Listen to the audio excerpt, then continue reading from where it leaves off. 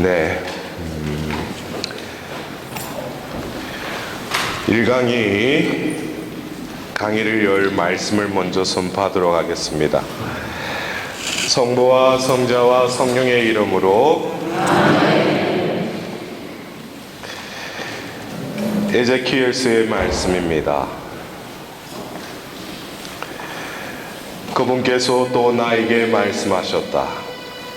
이 뼈들에게 예언하여라. 이렇게 말하여라. 너희 마른 뼈들아, 주님의 말을 들으라. 주 하느님이 뼈들에게 이렇게 말한다. 나 이제 너희에게 숨을 불어넣어 너희가 살아나게 하겠다. 너희에게 힘줄을 놓고 살이 오르게 하며 너희를 살갗으로 씌운 다음 너희에게 영을 넣어주어 너희를 살게 하겠다. 그제야 너희는 내가 주님임을 알게 될 것이다. 내 백성아, 너희를 그 무덤에서 끌어내어 이스라엘 땅으로 데려가겠다. 내 백성아, 내가 이렇게 너희 무덤을 열고 그 무덤에서 너희를 끌어올리면 그제야 너희는 내가 주님임을 알게 될 것이다. 내가 너희 안에 내 영을 넣어주어 너희를 살린 다음 너희 땅으로 데려다 놓겠다. 그제야 너희는 나 주님은 말하고 그대로 실천한다는 사실을 알게 될 것이다. 주님의 말이다. 주님의 말씀입니다.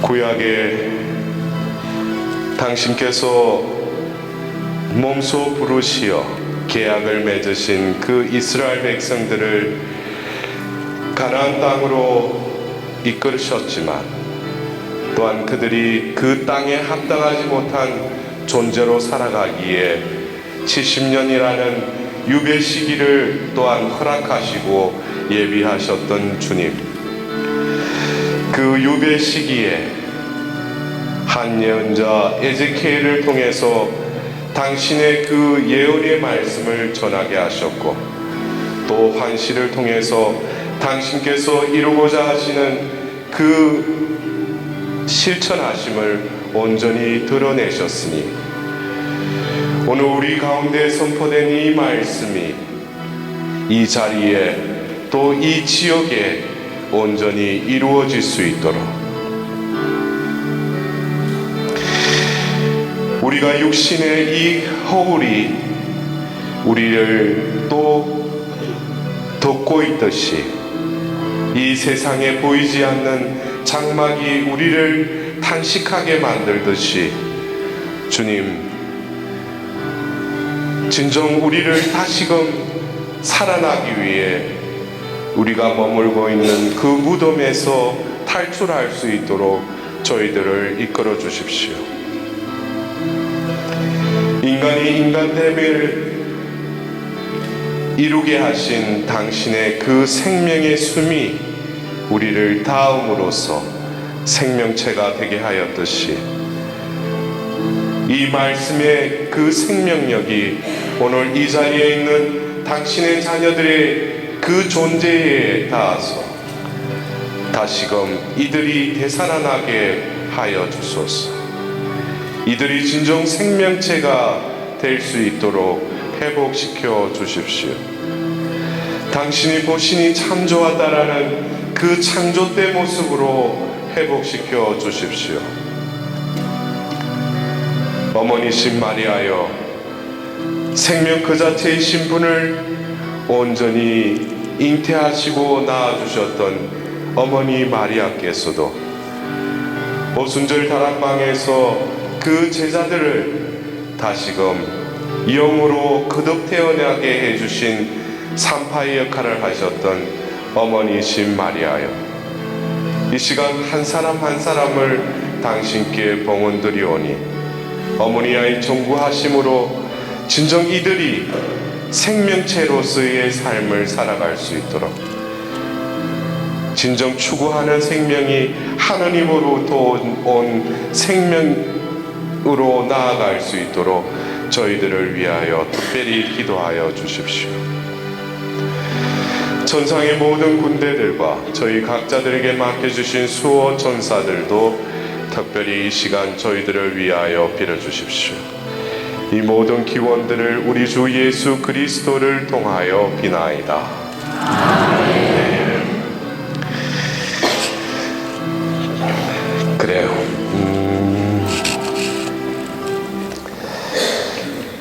여러분들 오늘 앞에 그 플랜카드에도 적혀 있지만은 오소서 성령이여 하고 또 뭐라고 적혀 있어요? 창조주시여. 그래서 보니까 그래도 기도는 좀 하고 적은 것 같아. 네.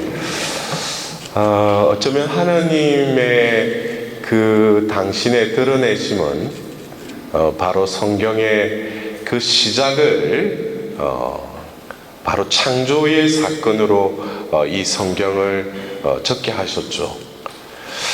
그러나 이 창조주이신 하나님께서는 이 창세기 1장의 그 창조주로서의 당신을 드러내심은 바로 이 성경의 역사를 통해서 바로 묵시록 21장 1절에 사도 요한이 나는 새 하늘과 새 땅을 보았습니다.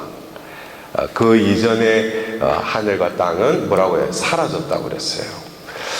어쩌면 이 성경의 책은 또 다른 이 창조의 이야기입니다. 창조로부터 시작돼서 새로운 창조로 나아가고 있는 이 성경의 이 말씀. 결국 우리가 이 성경의 말씀을 접하고 유일하게 피조물 중에 이 문자를 통해서 우리가 하나님의 드러내심을 또 성령의 감동으로 쓰게 하신 이 성경의 말씀을 인간만은 뭐예요? 이 말씀 속에 드러나신 하나님의 현존을 우리는 알아들을 수 있죠. 여러분들 그래요? 예, 두 사람 이야기했어요. 별로 관심이 없어요? 성경 읽는데? 예. 여러분들 우리가 살아가면서 하나님을 만나는 것 이미 하나님께서는 당신을 이 교회를 통해서 완전히 당신을 드러내셨어요. 근데 중요한 것은 하나님이 우리에게 뭐 기도를 했는데 안 들어주시고 그것은 자기 생각이지. 하나님은 완전하게 우리에게 은총을 받을 수 있는 장치라고 할까? 그것을 교회에 다 마련해 주셨어요. 그래서 어떤 이 뭡니까? 미사성제죠. 미사성제를 통해서 우리는 16세기에 프로테스탄트가 결국 갈라지면서 성체성사를 거부했죠. 그들은 말씀 하나만 잡았어도 어떻게 돼요? 지금 미국 가면은 거의 뭐예요? 프로테스탄트가 다 잡고 있죠. 유럽도 뭐예요? 우리 가톨릭 계속 죽어가고 있어요. 그래도 뭐예요? 이 남반구 지역, 아프리카, 남미, 또 우리 한국처럼 동남아시아 이쪽 지역은 이제 가톨릭이 다시금 성소자도 그렇고 일어나지만 북반구 지역은 뭐예요? 가톨릭이 많이 이렇게 세력이 약화됐다는 거죠. 근데 하나님께서는 이 유일한 교회인 이 로만 가톨릭 교회를 통해서 결국 베드로의 믿음 위에 세우신 이 교회를 통해서 죽음의 세력도 그를 지배하지 못하는 권능을 주셨다는 거죠. 그래서 우리가 교회의 일원으로서 살아가는 데 있어서 교회가 제시하는 것, 또 이미 예수님 말씀 속에 드러난 것만으로라도 우리가 먹고 섭취하고 그것을 자양분으로 삼는다면은 우리가 배부르고 얼굴도 뭐예요? 기름이 잘잘잘 흐르고, 응? 늘 우리가 건강하게 살아갈 수 있는데, 우리 존재가 뭐예요? 교회에 속해 있는 자로서 몸을 굴러 있지만, 추구하는 바가 다르다는 거죠. 추구하는 바가 다르다는 거예요. 근데 우리가 그래요. 무엇을 이렇게 추구할 때 보면은, 각 사람의 어떤 수준에 따라서 어떤 사람은 여러분들 이를테면은 뭐 웰빙이다. 여러분들 웰빙 다 아시죠? 예. 웰빙에 관심이 많잖아. 예. 근데 웰빙의 어떤 수준을 내 존재 매김에 의해서 웰빙도 뭐예요? 고만하면은 내가 웰빙이라고 생각해요. 그리고 그것이 갖춰지지 않은 뭐예요? 내 삶이 웰빙이 아니라고 생각을 해. 여러분들 어느 차원에서 웰빙을 생각하고 계셔요? 제가 한번 예를 들어볼까요? 어떤 부동산, 네? 부동산, 내가 가지고 있는 집이나 여러 가지 고정적인 어떤 형태의 어떤 재산들이 있잖아요. 그것이 갖춰지면 나는 웰빙이라고 생각하는 사람은 한번 손을 들라고 하면은 내가 지나가면은 또 그게 뽀록 나니까 일단 자신에게 한번 물어보셔요. 웰빙의 수준이 어디에 자리매김을 하고 있는가? 예? 구체적으로 눈에 보이는 의식주가 풍족하면 그것이 웰빙이라고 나는 그것을 규정하고 있는가? 또 어떤 사람은 이 의식주, 어떻게 보면은 쉽게 말하면 이것은 생존이죠. 그래서 우리가 성경에서 보면은 생명이라고 할 때 히라보는 세 가지, 영어로도 이 의미를 첫 번째 뭐예요? 생존의 차원의 이 생명은 뭐라고 그래요? 비오스라고 그래요. 여러분들 바이오스 알죠? 바이오? 예. 비오스 차원의 그것을 자기가 생명으로 생각한다면 이 사람 뭐예요? 겉으로 병원에 가서 건강 체크할 때 건강하면 뭐예요? 자신의 웰빙이라고 생각하는 거예요. 근데 여기서 또 한 단계 올라가면 뭐예요? 푸시케라는 단계가 있어요.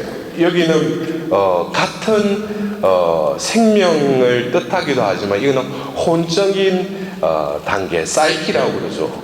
예?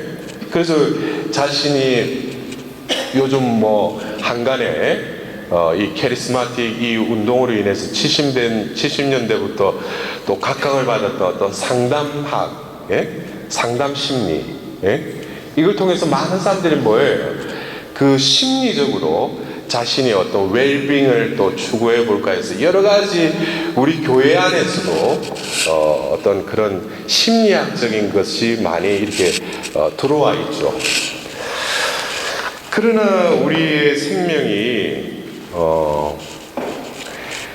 비오스적인 차원에서의 먹고 또 자고 또 누리는 어떤 그 차원들, 또 심리적으로 정신적으로 또 누리는 어떤 차원, 이것만으로 우리가 웰빙을 이룰 수 있겠는가? 우리의 존재는 이 비오스와 푸시케의 차원이 아니라 조회라는 또 다른 차원의 하나님께서는 그 생명을 우리에게 부여해 주셨죠.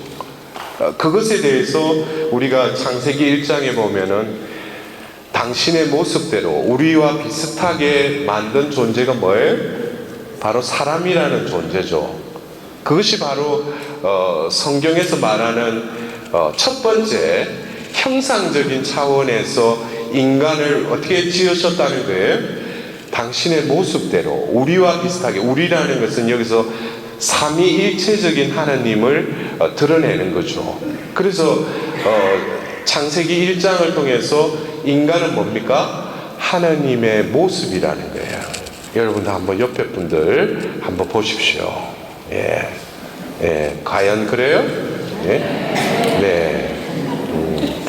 근데 오늘 하나님이 이 하루를 통해서 어떻게 보면 여러분들이 짧은 시간 얼마만큼 하나님께 포커스를 맞추느냐에 따라서 지금 내 모습이 하느님 모습인데, 창세기 2장에는 그것을 또 다른 창조의 차원에서 그 먼지로 형상을 빚어서 그 코에 당신의 숨을 불어넣었다고 그랬어요. 그러자 비로소 뭐가요? 생명체가 되었다라고 창세기 2장 7절에 나와 있어요. 이것은 창세기 1장에 나오는 형상적인 차원에서 이거는 진료적인 차원이죠. 내면의 내용물을 말하고 있는 거예요. 그래서 여러분들이 오늘 하루 하나님의 그 은총에 나의 주파수를 맞추고 그쪽에 향하다 보면은 우리의 그 존재에 보이지 않는 알맹이를 뭐예요? 하나님께서 다시금 회복시키겠다는 거죠. 이것이 결국 우리가 신앙생활을 하면서 우리가 사도신경을 할 때 제일 마지막에 어떻게 고백을 합니까? 영원한 삶을 믿나이다. 여러분들 영원한 삶을 믿는다고 하면서 왜 그렇게 현세적인 삶에 왜 그렇게 급급하셔? 예? 어떤 때 우리 신자들 그래요. 제가 보는 관점과 우리 힘들어하는 우리 형제 자매님들이 어떻게 생각하는지 모르지만은 어떤 분들 와서 그러잖아요. 신부님이 요즘 힘들어 죽겠대. 그래서 힘들게 보이네. 얼굴 보니까 좀 힘들게 보여. 근데 그거를 관점을 저는 어떻게 하냐면 제가 그렇게 해요. 아니 함께 계시던 성령께서 어떻게 출타하셨냐고. 그리고 얼마 후에 보면은 얼굴이 다시 빛을 받아가지고 얼굴이 다시 원기 회복대가 와가지고 싱글싱글하면 신부님 요즘 살만난데. 그래서 내가 그래서 어떻게 출타했던 성령께서 다 찾아오시냐고. 여러분들 우리가 생각하는 어떤 수준과 또 다른 차원을 생각한다면은 우리가 그렇죠. 내가 힘들어 죽겠다 그러는데 그것은 어떤 면에서 진실한 고백이에요. 힘들어 죽겠다라는 것은 왜냐하면은 지가 이때까지 삶을 뭐예요? 지 힘에 근거 두고 지 힘으로 살아왔다는 거지. 그러니까 지 힘은 뭐예요? 인간의 힘은 그게 무한해요? 계속 지속돼요? 안 그렇죠.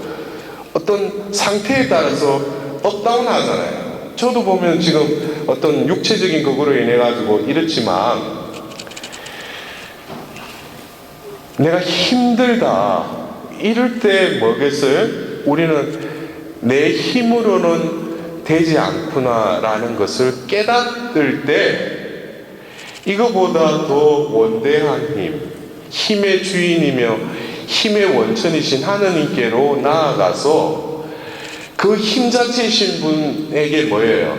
내 힘을 온전히 내려놓고 그 힘에 의탁할 때 그 힘이 나를 듣고 그 힘이 나를 채울 때 뭐예요? 그래서 성경에서는 젊은이도 그 힘이 쇠약하여서 지치지만 하느님의 영을 받은 사람 뭐예요? 독수리처럼 날아오를 것이다 그랬어요. 여러분들 우리가 여기 북가주 지역에도 우리 어르신분들 어떻게 보면 이민 1세대 분들 어떤 분들을 보면은 제가 5년 전에 뵀던 분들 또 몇몇 분도 계신데 얼굴이 나이가 들어서 뭐 육신적인 주름살은 또 생길 수밖에 없죠. 근데 뭐예요? 이렇게 보면은 틀려요. 똑같은 노화 현상이 일어나지만은 그러나 노화 현상보다도 하나님께서 그 생명을 컨트롤 하시기 때문에 하나님의 생명이 그 존재 안에 머무는 자는 나이가 들더라도 얼굴에 빛이 나요. 그의 어떤 행위 속에 뭐예요? 하나님의 생명이 담겨져 있으면은 그 존재는 육신적인 생명은 이제 하느님을 만날 때가 가까워졌을 뿐이지 원래 주신 그 생명은 뭐예요? 지속적이다는 거죠. 여러분들, 우리가 민수기 14장과 또 여호수아 14장에 등장하는 칼렙이라는 사람 아시죠? 칼렙. 민수기 13장에 이제 카데스 바네아에서 이제 정찰대를 보내서 12명 중에 2사람만은 뭐예요? 가서 저 땅을 차지하자고 그래요. 근데 그 중에 10명은 다녀와서 그 정찰 보고를 하는데 뭐라고 그래요? 우리는 저들에 비하면 메뚜기다 그래요. 그들이 거인이니까. 그러나 하느님께서는 더 이상 왜요? 그들과 공적인, 법적인, 또 인격 당사자 간에 맺었던 그 계약이 성립되었기 때문에 이제는 하느님 뭐예요? 그들이 자신을 메뚜기라고 생각하면은 이제는 하느님이 뭐예요? 메뚜기들의 하느님이 되는 거예요. 그래서 하느님 뭐예요? 더 이상 너희들을 데리고는 가나안 땅에 들어가지 못한다고 해서 그 자리에서 뭐예요? 그들을 다 죽여버려요. 그리고 살아남은 사람 중에 여호수아와 함께 있던 그 갈렙, 그때 그 정찰대로 갔던 때가 40대였어요. 그러나 같은 14장인 여호수아기 14장에는 바로 칼렙이 이제 땅을 분배하는데 젊은 사람도 가길 싫어하는 필리스티아인들이 있는 그 헤브론 땅을 자기에게 달라고 그래요. 근데 성경에서는 뭐라고 하냐면 80이 되었는데도 그의 눈에는 뭐예요? 전기가 사라지지 않았다고 그랬어요. 여러분들, 모세도 그랬죠. 120살이 되었을 때도 눈에 전기가 살아있다고 그랬어요. 그것은 뭐야? 하느님의 생명이 그에게 스며들어가 있고 하느님의 생명이 그를 움직이고 있다는 거죠. 여러분들은 어떻습니까? 내가 살아오면서 되돌아봤을 때 하느님이 있었기 때문에 내 삶이 이렇게 이어져 왔지만 더 근원적으로 내가 살고 있음에 대한 이 생명을 어디에다가 근거를 두고 있느냐 이거예요. 우리 교회 안에서도 아까 말씀드렸듯이 이 비오스와 푸시케이 차원의 또 다른 하느님의 생명을 다루기보다는 이 인간 사회에서 하느님이 아닌 또 다른 조작적인 것에 우리 신자들이, 그래서 어떤 때는 그래요. 제가 들리는 미국은 어떤지 모르겠도 어떤 키 해가지고 가니까 자기가 키가 얼마래, 그래서 거기 가면 안 된대. 그래서 여러분들 이 미국에도 그래요. 기수련회가 그런 데 다니시는 분들 계셔? 건강을 위해서? 말 안 하고 머리를 숙이는 사람은 조금 의심이 지금 우리가 살고 있는 이 세상은 결국에는 생명의 싸움이에요. 여러분 안 그래요? 과학이 발전하면 발전할수록 마지막 영역을 지금 과학이 침범하려고 그러잖아요. 이것이 결국 뭐예요? 인간의 눈이 열려서 하늘처럼 되어서 결국 뭐예요? 성과 악을 구분하는 것까지 뭐예요? 인간이 하려고 하는 거예요. 이 창조의 문제, 결국 창조로 시작해서 새로운 창조로 끝나는 이 성경에 있어서는 하느님의 또 영역인 이 생명의 차원, 이 창조의 차원을 인간들은 또 조작하고 그것을 복제하고 그것을 인간이 하느님처럼 이렇게 숭배하려고 하는 인본주의가 또 다른 이 세상에 우리가 또 지향해야 될 적이기도 하죠. 제가 적이라는 것은 여러분들 그래요. 어떤 때는 우리가 악마, 사탄이라는 그 존재를 우리가 두려워할 필요가 없어요. 왜냐하면 하나님께서 그 악을 창조하신 건 아니죠. 천사 중에 뭐예요? 교만해서 타락한 존재가 그 악이라는 존재 안에 악마라는 존재죠. 그러나 하나님이 우리는 어떤 이 성령 세시 운동을 통해서 무조건 악 그러면은 또 둘러 앉혀놓고 보면 랄랄라 하면서 해가지고 사탄아 물러가라 그러는데, 여러분들 그래요. 예수님의 그 공생애 중에 누구보다도 충실하게 예수님을 따랐던 무리 중에 하나가 악의 무리예요. 예?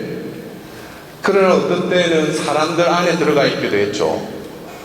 그러나 하나님의 구원 역사는 악을 허락하셨다는 것은 결국 우리가 원죄에 빠져서 하나님의 새로운 완성의 때를 위해서는 결국 뭐예요? 우리는 원죄의 흔적 속에서 계속 싸워야 된다는 거죠.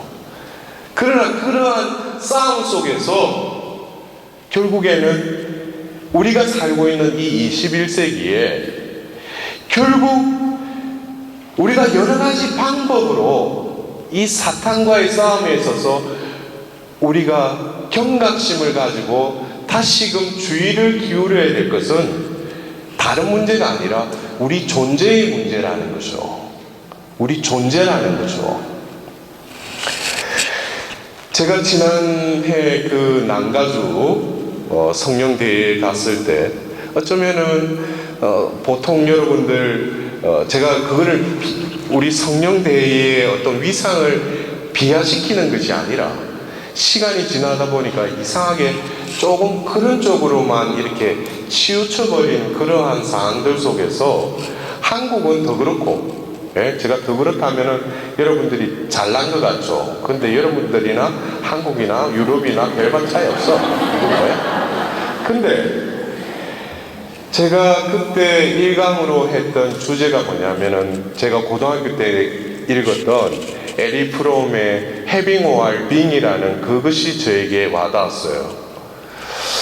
우리가 1967년에 두케인 대학에서 시작된 이 캐리스마틱 리뉴얼 무브먼트가 50년째 되는 올해, 그리고 작년에 제가 그 자리에 있었을 때 그 제목을 왜 소유냐 존재냐라는 그 에리 프롬의 그 책의 제목을 왜 제가 인용을 했냐면, 많은 이들이 성령을 대할 때 소유론적인 차원에서 성령을 접한다는 거죠.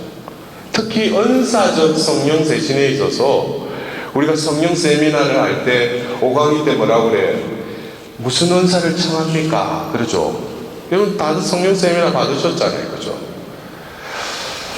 성령을 청하면 우리가 받는 것으로, 이것은 외부적이고 또 자기가 어떤 조건이 갖춰졌을 때 뭐예요? 성령이 오신다는 거죠.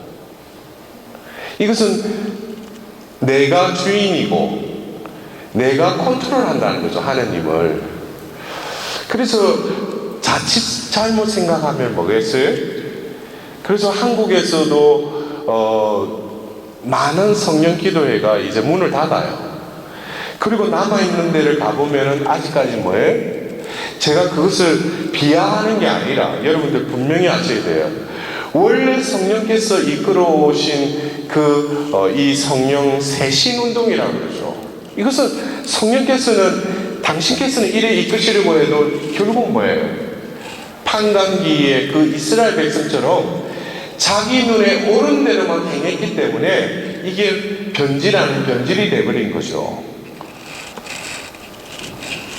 그래서 가서 제가 어떤 때는 그런 데는 잘 가려고 안 그래요. 왜냐하면은 제가 아까도 서두에 말씀드렸듯이 어딜 가면은 성령께서 저를 이용하시잖아요. 예? 근데 어떤 때는 가서 보면은 그 강의 전에 찬미팀이 한바탕 투닥거리처럼 하고 나면은 내 정신이 없어. 네? 어떻게 보면 완전히 락 콘서트도 아니고 완전 자기 꿈에 그거 막 극장하고 이게 앉은 사람도 미친 듯이 그래서 제가 봐서 이게 말씀이 주파수를 맞춰야 되는데 정신을 빼버린 거야. 제 같은 경우는 뭐예요? 조금 이렇게 잔잔한 무드에서 하나님의 또 오심을 말씀을 통해서 들을 수 있게끔 어쩌면 촉촉하면서 그들에게 어떤 빛과 어떤 물을 이렇게 제공해주는 어떤 그런 찬미가 아니라 이거는 보면 막 완전 정신이 없는 거예요. 그리고 보면은 뭐 땀을 삐삐 흘리면서 막 하는데 또 한 번 이렇게 올라가야지 찬미를 했다고 생각해요. 여러분들은 어떻게 생각하는지 모르지만. 그래서 그런 분위기에 가면은 제가 강의가 잘 안 돼요. 왜냐면 제가 뭐 이렇게 레파토리를 정해놓고 가서 저곳에나 이곳에나 똑같은 말을 하는 게 아니기 때문에. 그 말 그대로 우리가 지금 이 50주년을 맞이하면서 제가 지금 작년부터 해가지고 남가주, 동남부, 또 동중부, 또 이번에 북가주까지 해서 밑에 지역, 이 지역에는 위에 북미시 쪽은 거의 다 돌았어요. 그러면서 하느님께서 왜 저를 그렇다고 해가지고 제가 여러분들 성령 대회 왔으니까 오늘 잘 오셨다고 그래가지고 뭐예요? 여러분들 오늘 한바탕 해보실래요? 그리고 여러분들 오늘 하느님께 딜을 할 거 일단 꺼내놓으시고 작정하시고 우리 한번 오늘 하는 예수님한테 성령 좀 보내셔가지고 이 자리에서 다 해결해 달라고.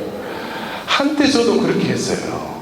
근데 그게 존재론적인 차원으로 제가 들어가고 나서 그게 얼마나 무지했는가를 제가 깨닫게 됐어요. 왜냐, 소유론적으로 시작했지만 존재론적으로 이렇게 넘어가야지 우리가 성숙으로 나아갈 수 있는 거예요. 계속 성장이 목적이 아니라 하나님 뭐예요? 성숙으로 이끄시는 분이죠. 우리가 물질도 숙성이 돼야지 밀가루에 넣었을 때 효모균이 뭐예요? 적당한 반응을 일으켜서 밀가루가 풀어나듯이 물질이 숙성돼야 된다면 하나님께서 우리를 뭐예요? 성숙시키기를 원하셔요. 이제는 우리가 어떤 성장의 단계에서 뭐예요? 이제는 성숙의 단계로 넘어가야 된다는 거죠. 눈에 보이는 거, 내가 원하는 것이 아니라 이제는 뭐예요? 눈에 보이지 않지만 내재적이면서 내가 원하는 것이 아니라 이제는 뭐예요? 주님이 원하시는 것을 추구하는 자로 어떻게 성숙으로 터닝해 나가야 된다는 거예요. 그러니까 이런 말을 제가 한국에서도 아직까지 뭐예요? 아버지 삼창하고 소리 지르는 데 가서 이런 말을 하면은 다음에 나를 안 불러. 나는 그게 아주 좋아. 왜냐면 가서 계속 제가 한때는 어쩐 줄 알아요? 제가 같이 공부하는 그 신부님이 그 제주교구에 또 서울교구 신부님인데 파견이 돼가지고 야 우리 본당이 리모델링 했는데 좀 빚도 있고 그래서 와서 한번 은혜의 밤 해가지고 좀 그렇게 해달라. 그럼 내가 흔쾌히 가서 그래서 성령 세미나를 했어. 그 하고 보면 마지막 날에 은혜의 밤 하는데 다들 은총을 많이 받은 거예요. 그래가지고 은혜의 밤 하는데 또 마지막 한 판이잖아. 마지막 한 판. 그래가지고 또 마지막 불 꺼놓고 또 한 판 더 한 거지. 그거 하는데 뭐예요? 조금 전까지 소리가 딱 들려서 툭 하고 꺼져버린 거예요, 뭐가.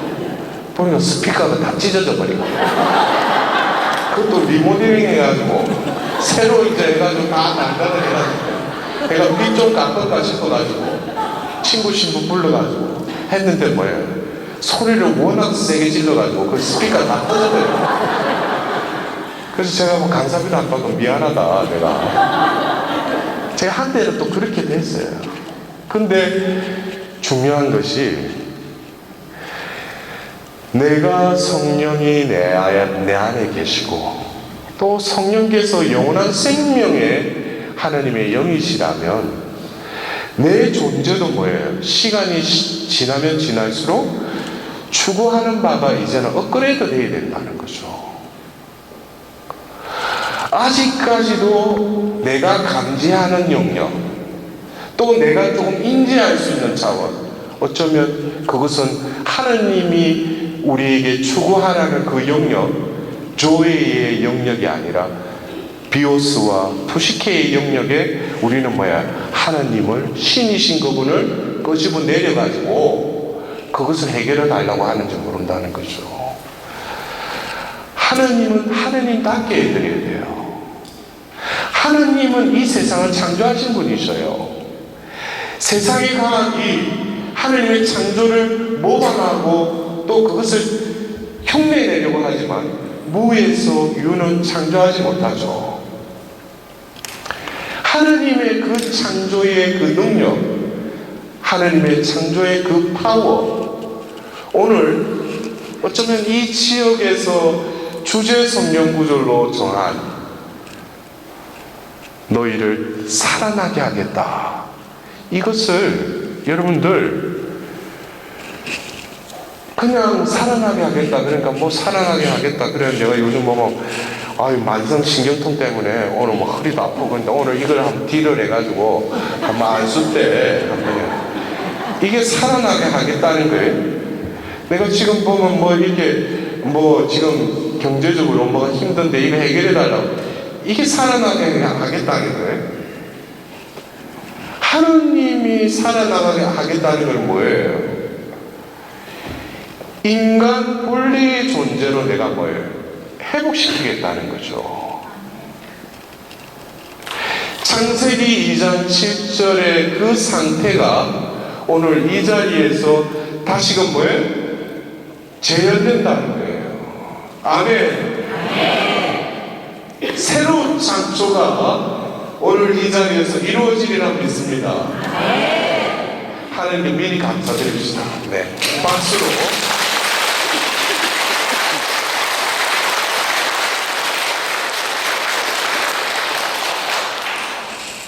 여러분들 1강의의 그 주제가 자비의 세나클로 이렇게 적혀 있어요. 어쩌면 이 21세기를 열면서 2000년 대희년에 그 성인 품에 오르신 이제 성요한 바오로 2세 교황께서 4월 30일 한 수도자를 이렇게 시성하셨죠. 그분이 여러분들 알다시피 파우스티나 수녀님이죠. 그 자비의 빗으라고까지 한, 그러면서 우리 이 성전 중앙에 모셔져 있는 자비의 예수님을 직접 그 발현을 목격한 수녀님이시기도 하시죠.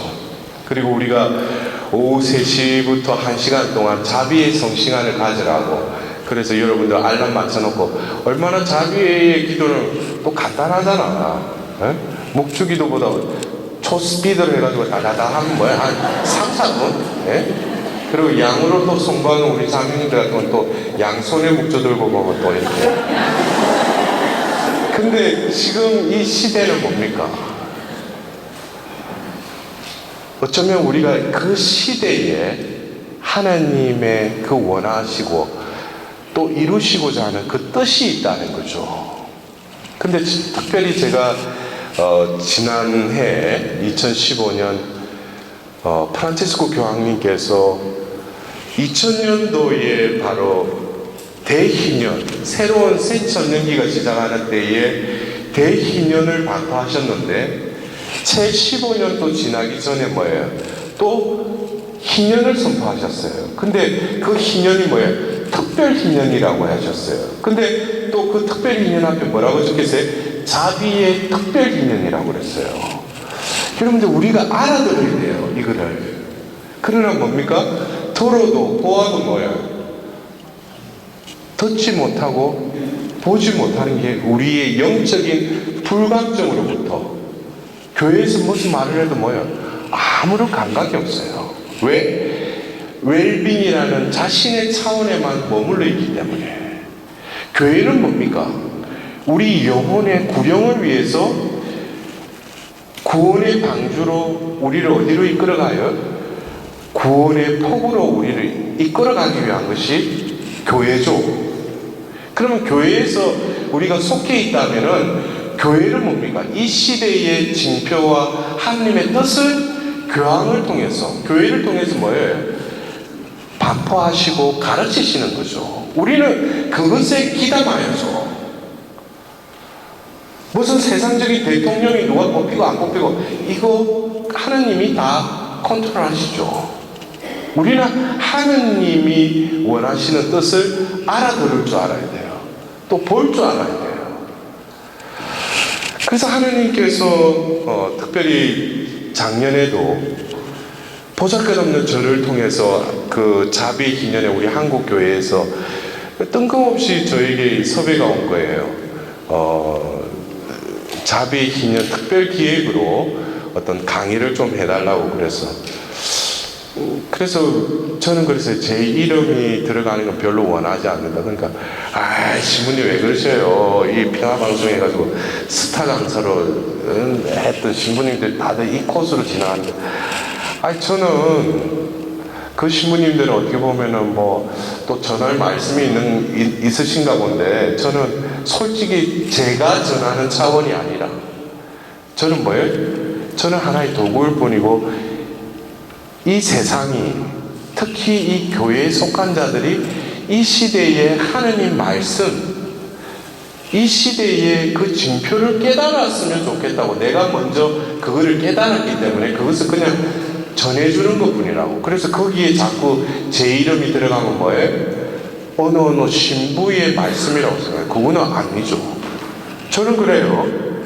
여러분들 제가 아는 게 많아서 공부를 많이 해서 여러분들 앞에 와서 강의를 하는 게 아니에요. 하나님께서 저를 세계 곳곳에 이렇게 보내시는 것은 저를 통해서 제가 깨달은 메시지를 어떻게 해요? 여과 없이 그냥 당신 자녀들한테 전하라는 거죠. 그래서 여러분들이 이 시대에 먼저 우리가 알아들어야 될 것은 지금 이 시대는 자비의 시대라는 거죠. 그래서 여러분들 그래요. 1917년 5월에서 10월까지 발현하셨던 그 파티마의 성모님께서도 결국 그 메시지를 보면 자비의 메시지예요. 그래서 20세기에는 성모님이 먼저 포르투갈에서 발현하시고 또 그 얼마 후에 폴란드에서 아들 예수님이 또 발현하셨다면 21세기에는 바로 또 예수님의 그 자비의 해를 우리는 작년에 지냈고 올해 뭐예요? 또 어머니신 성모님의 해를 또 지내는 거죠. 그래서 예수님과 성모님 뭐야? 늘 낳으시고 기르시고 또 이루신 구원사업에 있어서는 뭐예요? 뗄래야 뗄 수 없는 관계라는 거죠. 그래서 우리가 이 시대에 다시금 하나님의 뜻 그리고 여러분들 그래요. 성령 당신을 드러내시는 게 아니죠. 요한복음 14장에 예수님께서 최후의 만찬을 하시고 나서 그 제자들에게 말씀하셨듯이 보호자 성령이 오시면 뭐라고 그랬어요? 내가 한 말을 깨우치게 해줄 거라고 그랬어요. 그리고 내 말을 기억나게 해줄 것이라고 했어요. 그래서 성령께 내가 성령이 나를 차시고 성령이 충만한 사람은 결국 뭐겠어요? 말씀을 깨달을 수밖에 없어요. 왜냐하면 성령은 내 안에서 뭐예요? 예수님의 말씀을 깨닫게 해주시고 그 말씀을 어떻게 적재적소에서 그 말씀을 또 전하게 해주셔요. 그래서 여러분들이 어쩌면 이 북가주 지역의 그 성령 기도회에 내가 그동안 이렇게 머물러 있으면서 과연 성령 충만한 삶을 살았다면 내가 얼마나 말씀을 깨우치고 말씀이 내 안에서 이루어지는지를 여러분들이 얼마나 자신의 삶을 통해서 그 말씀으로 내가 변화되었는지를 여러분 스스로 진단해 보면 그것은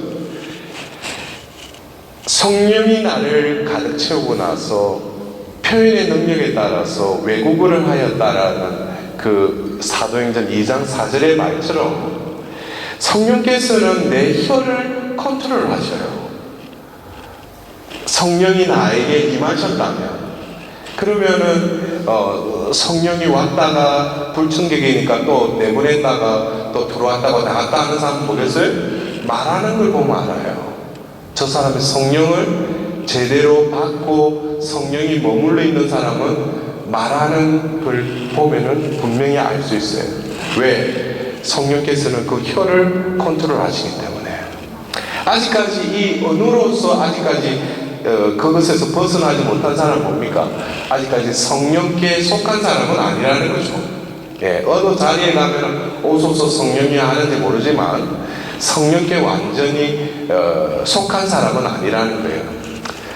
여러분들, 이 자비의 시대에 예수님께서 그 파우스티나 수녀님에게 발현하셔서 나타나신 저 모습은 부활하신 예수님의 모습이죠. 그렇죠? 왜냐하면 예수님의 그 오른손에 십자가의 그 상흔이 아로새겨져 있지 않습니까? 그래서 저 그 장면에 우리는 부활 주일날 그 우리는 교회를 통해서 요한복음 20장 19절 이하의 말씀을 우리는 이 자비주일날 선포를 합니다.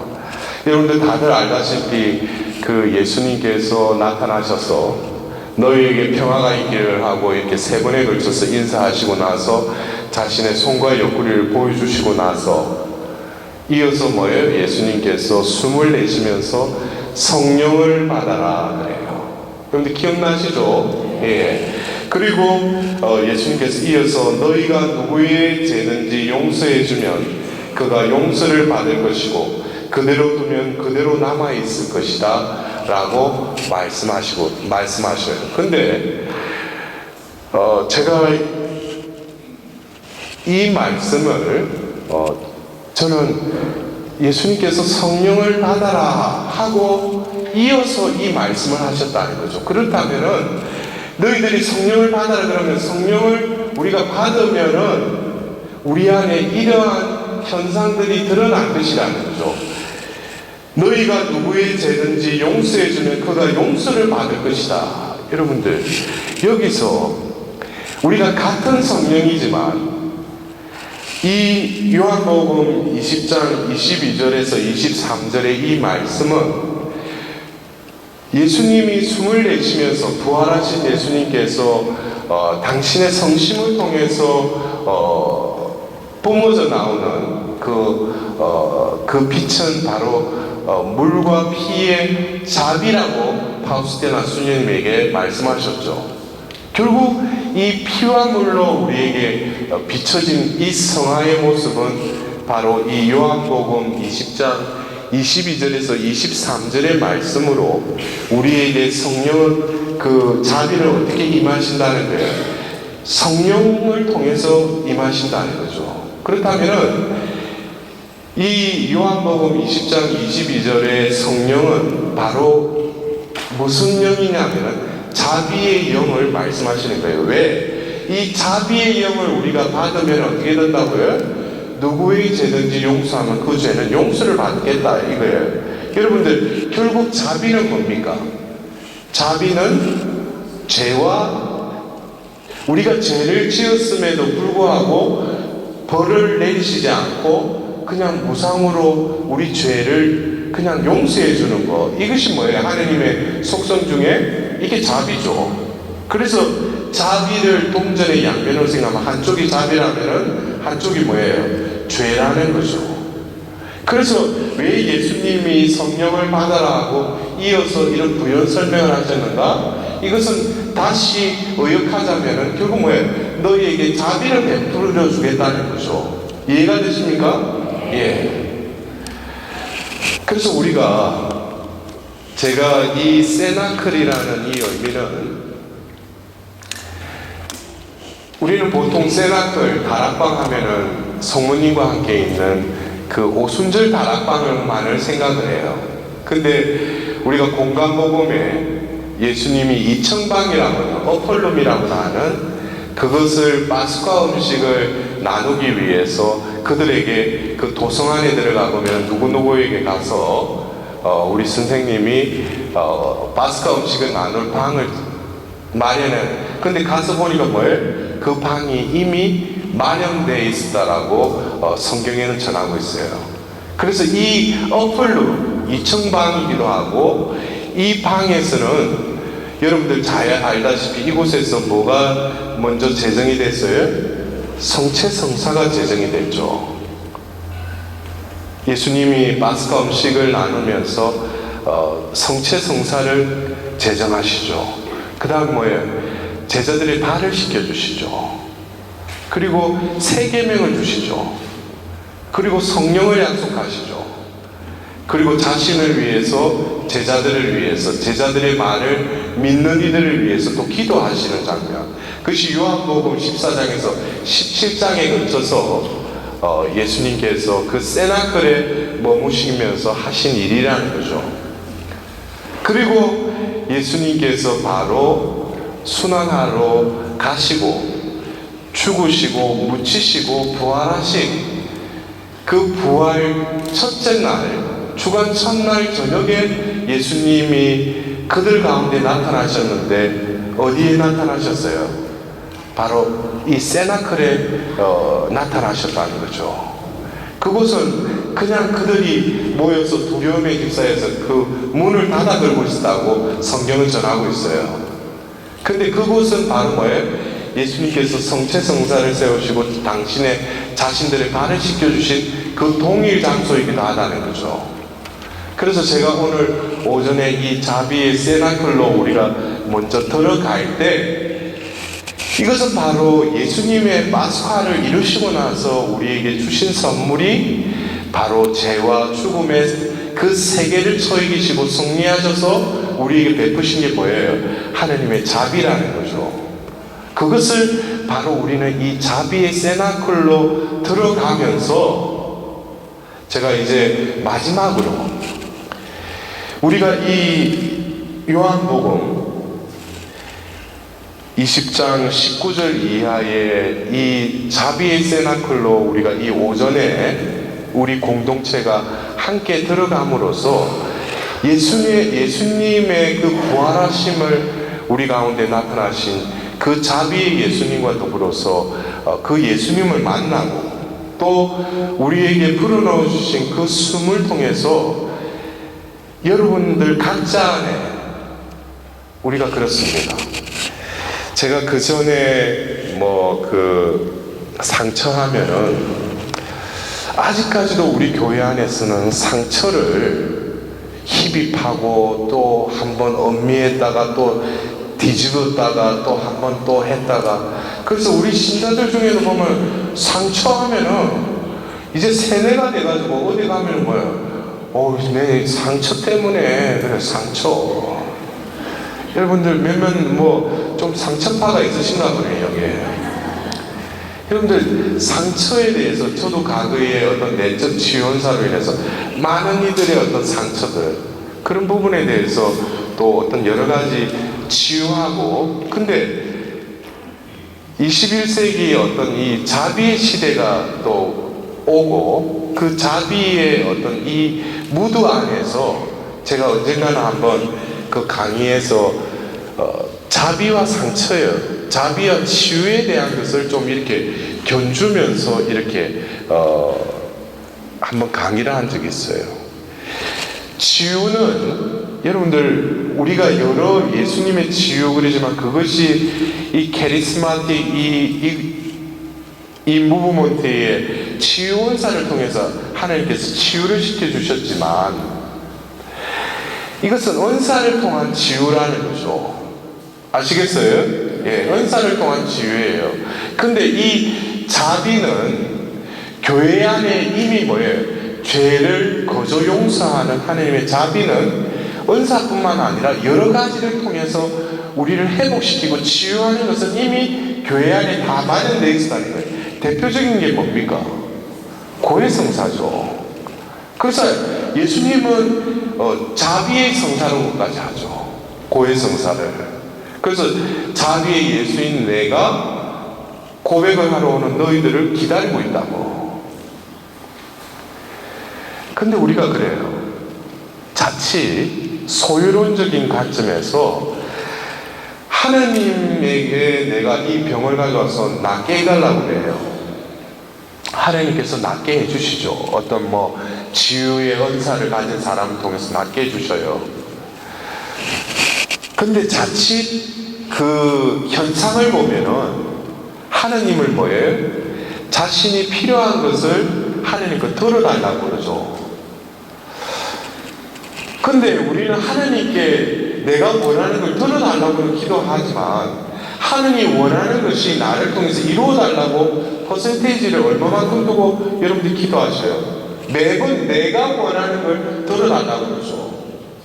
하나님이 원하시는 것을 나를 통해서 이루어지소서라고 여러분들 어떤 기도의 패턴을 보면 퍼센테이지가 어떻게 되느냐 이거죠. 근데 많은 경우 치유도 뭐예요? 자기가 중심을 잡고 있다는 거죠. 근데 여러분들 그래요. 우리가 미사 성제 때도 자비에 대한 단어를 우리는 얼마나 매번 미사를 드릴 때마다 개인식 때도 자비를 베풀었어. 또 뭐예요? 영성체를 하기 직전에도 자비를 베풀어 달라고 그래요.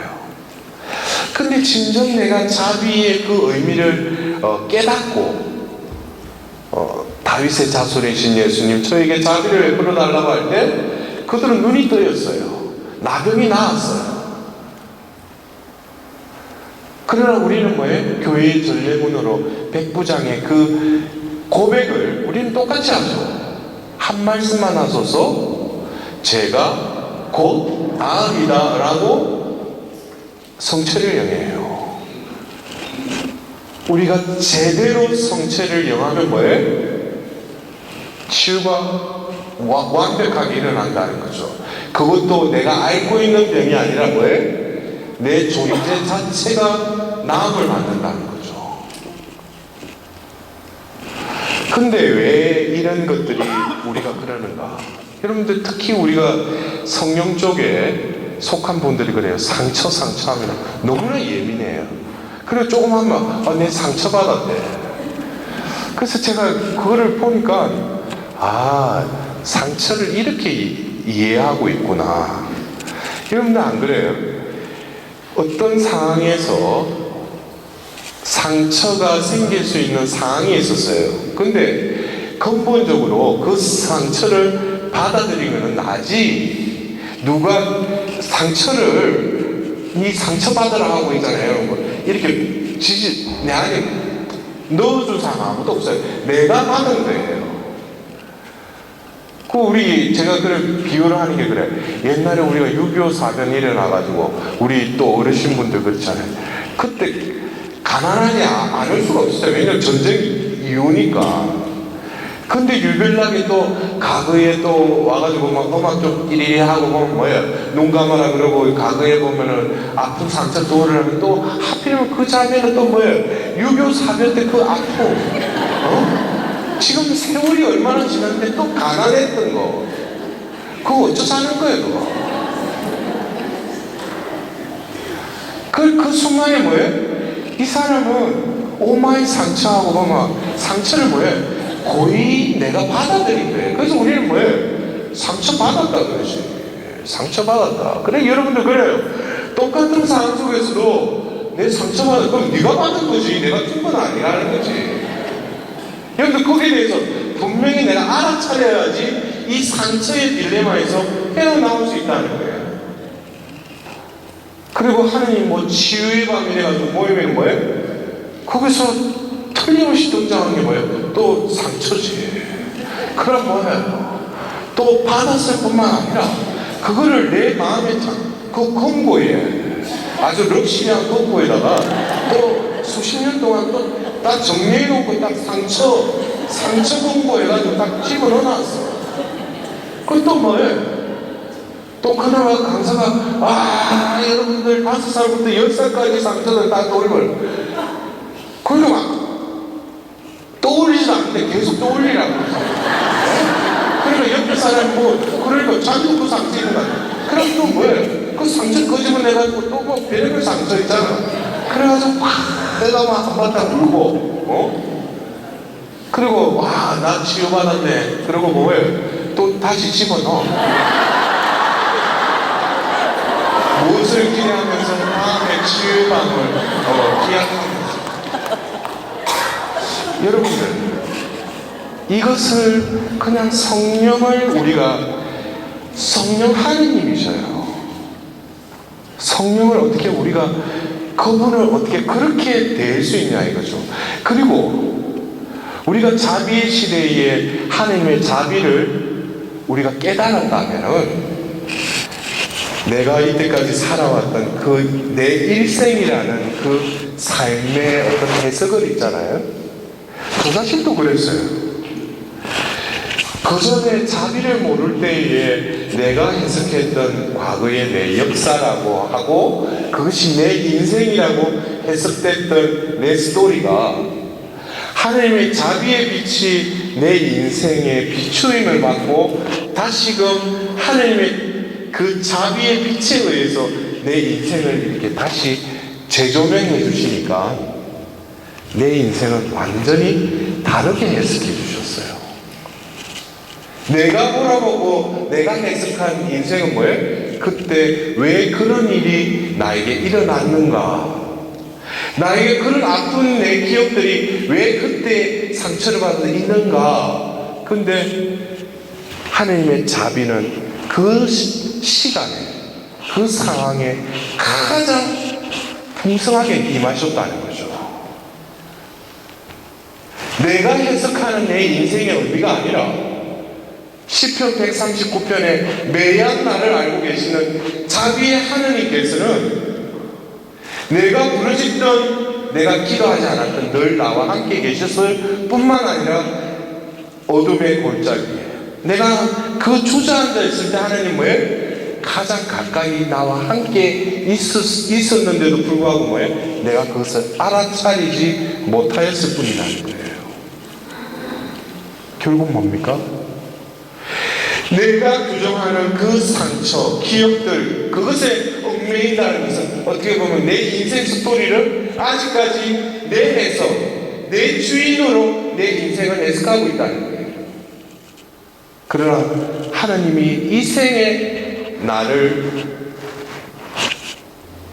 낳게 하셨고 또 때가 되어서 그분께서 나의 생명을 거두가신다면 이제 내 삶의 스토리를 하나님의 눈으로 다시금 재조명할 수 있도록. 그래서 저는 이제 그래요. 저도 어디 가서 애 못 낳는데 가지고 기도하면 뭐 또 뭐 얼마 후에 애 낳았다 뭐 어떤 사람 해가지고 뭐 말기 암 왔는데 낳았다. 저는 과거에는 그런 부분들이 가서 종종 강의 중에 하면은 또 우리 자매님들만 박수 막 쳐요. 예? 그게 뭐가 대단해요. 근데 진정 제가 한 케이스가 있었어요. 어떤 자매님이 기도회에 왔는데 그 말 그대로 살아있는 송장이었어요. 얼굴 완 해골 같았어요. 폐암 말기였어요. 그거 어떻게 알고 왔는데 그래서 제가 고해성사를 먼저 하자고. 그래서 고해성사인데 이 폐암이니까 뭐예요? 말도 제대로 못하는 거예요. 그리고 기도를 해드리고 또 기도회 동안에 그냥 머물러 있었어요. 그리고 그 다음날 저에게 문자가 온 거예요. 신문 너무 감사하다고. 오늘 아침에 일어났는데 제가 새하늘 새 땅을 보았다고. 근데 제가 그랬어요. 어제 뭐 몰골도 그렇다면 이제 이거 돌아버렸는가. 그 자매는 뭐예요? 며칠 후에 일선 암센터 갔는데 그 병이 나았어요. 중요한 것은 육신의 병이 낫는 것은 낫는 순간에 또 병드는 게 우리 인생이에요. 그걸 깨달아야 돼요. 근데 뭐예요? 그 사람은 육신의 병을 치유를 받은 것뿐만 아니라 그는 뭐예요? 눈이 열렸다는 거예요. 여러분들, 제가 조금 쉬었다가 회복의 세나클로 우리가 들어가기 전에 여러분들 일단 오늘 이 말씀을 통해서 우리는 뭐예요? 요한복음 20장 19절 이하에 예수님께서 부활하셔서 너희에게 평화가 있기를 하면서 21세기 한 수도자를 통해서 그리게 하신 이 자비의 예수님이 오늘 이 자리에 우리와 함께 계심을 느끼시면서 우리가 잠시 쉬었다가 두 번째 강의로 들어가도록 하겠습니다. 우리 영광송으로 영광이 성부와 성자와 성령께 성부와 성자와 성령의 이름으로 아멘.